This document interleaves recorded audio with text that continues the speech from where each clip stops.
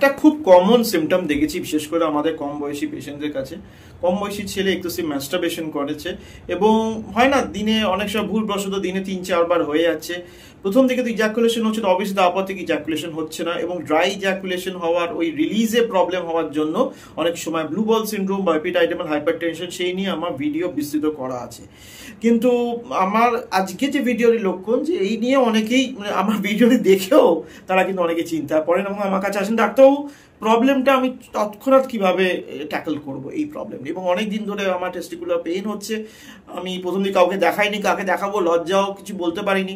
সেটা সেই জন্য বলতে চাই, অবভিয়াসলি আমি এপিডাইডামাল হাইপারটেনশন ভিডিওটি আবার দেখবেন, সেখানে আমি বলেছি যে সঙ্গে সঙ্গে আইস প্যাকস দেন তাহলে যে ভাস্কুলার কনজেশনের জন্য যে পেইন হচ্ছে বা এপিডিডেমিসে যে জমায়েত হয়ে যে সিক্রিশন বা ফ্লুইড জমায়েতে যে পেইন হচ্ছে তা রিলিফ দেয়। আর একটা হচ্ছে কোয়েনজাইম কিউ যদি আপনি শুরু করে দেন উইথ আন্ডার অবভিয়াসলি আপনার অ্যান্ড্রোলজিস্ট ডাক্তারবাবু পরামর্শে, তাহলে কিন্তু এই অ্যান্টি ইনফ্লেমেটরি এফেক্টস এই যেটা হচ্ছে এই এক্সেসিভ ম্যাস্টারবেশন বা এক্সেসিভ জেনিটাল ম্যানিপুলেশন বলুন, তার জন্য যে অক্সিডেটিভ ড্যামেজের জন্য মাইল্ড পেন মৃদু মৃদু ব্যথা হলে কিন্তু তাড়াতাড়ি রিলিফ পেতে পারেন।